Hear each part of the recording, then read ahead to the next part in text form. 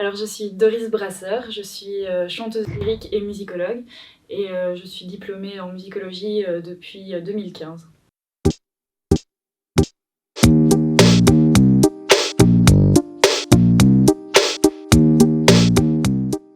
Donc j'ai commencé mes études à l'IMEP en chant lyrique. J'ai d'abord fait mon bachelier. Ensuite pour mon master, j'avais envie de compléter ma formation. Donc je suis venue faire un master 1 en musicologie ici à l'UCL, en parallèle avec mon master 1 en chant lyrique à l'IMEP. J'ai d'abord terminé ensuite mon master 2 en musicologie en 2015. Puis j'ai terminé mon master 2 en chant lyrique en 2016 au Conservatoire Royal de Bruxelles. Je suis retournée à l'IMEP pour un post-master que j'ai terminé en 2018 en art lyrique et finalement j'ai terminé par l'agrégation en chant lyrique en 2021. Mes études en musicologie, elles m'ont apporté une curiosité et une ouverture, notamment à d'autres styles de musique, à la recherche, à l'histoire qui peut se cacher parfois derrière des morceaux, des compositeurs, etc. C'est quelque chose qui me manquait un peu, en tout cas dans ma formation purement musicale au conservatoire, et ça m'a vraiment permis de m'ouvrir à ce niveau-là et de travailler en tant que musicologue, et ça c'est vraiment complémentaire avec mon travail de chanteuse, et c'est vraiment quelque chose dont j'avais besoin et que j'ai trouvé en faisant mes études en musicologie. Alors mon parcours professionnel, j'ai d'abord commencé par donner des cours de chant comme animatrice musicale dans diverses ASBL autour de Namur. Je travaille toujours dans l'une de ces ASBL, l'ASBL Art et Moi à Boves, où je suis coordinatrice artistique et plus spécifiquement je m'occupe de l'organisation des stages pendant les congés scolaires pour enfants et pour adultes. J'ai également écrit un article basé sur le sujet de mon mémoire en musicologie qui a été publié dans la revue de la Société liégeoise de musicologie en 2019. Et je travaille maintenant à mi-temps depuis 2021 sur le projet Melchior, qui est un projet développé et soutenu à l'IMEP.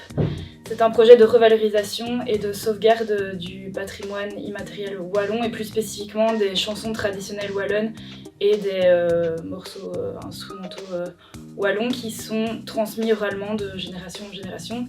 C'est un matériel qui a notamment été enregistré dans la deuxième moitié du XXe siècle sur des bandes magnétiques qui sont un peu dispersées dans toute la Wallonie. On sait où certaines sont, mais pas toutes. Il y en a qui sont déjà numérisées. Et en fait, l'idée du projet, c'est vraiment de rassembler tout ce matériel et de le rendre accessible via un site internet du projet Melchior, du coup. Et moi, en fait, je m'occupe du volet documentaire du projet. Donc, je répertorie, j'inventorie toutes ces bandes et je séquence ces bandes en chansons ou en morceaux de musique. Parce que souvent ce sont des bandes qui sont assez longues, qui durent parfois 2 heures avec 200 séquences dessus, et l'idée du site c'est vraiment que ce soit facile d'accès. Donc si on a une chanson en tête, il suffit de taper le titre et puis on le retrouve directement. Et je travaille aussi un 5e temps à la bibliothèque de l'IMEP. Donc là c'est un contact avec les étudiants, les aider dans leur recherche de livres ou de médias. Et voilà, et à côté de tout ça, je poursuis mes projets de chanteuse lyrique. J'ai notamment travaillé sur des productions musicales en tant que chanteuse soliste ou en tant que choriste à l'opéra, et j'ai aussi mes projets personnels de musique. Alors plusieurs choses, soit je travaille sur les bandes complètes pour le projet Melchior et donc je les séquence en différentes chansons.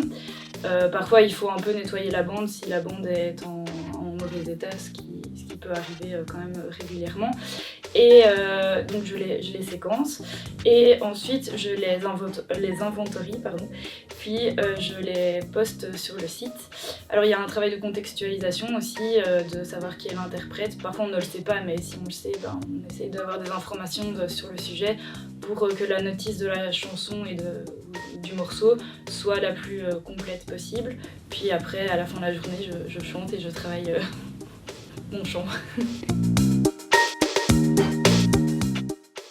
Eh bien, je leur dirais de vraiment s'écouter, de ne pas hésiter à suivre leur instinct. Si ils avaient en tête une route toute tracée et que parfois la route prend des directions différentes, que ce ne sera que du positif, parfois peut-être moins, mais que ça vaut vraiment la peine de le faire et de s'écouter et de suivre vraiment ses envies sans prendre en compte tout ce qu'il peut y avoir autour et de vraiment s'écouter, suivre son instinct.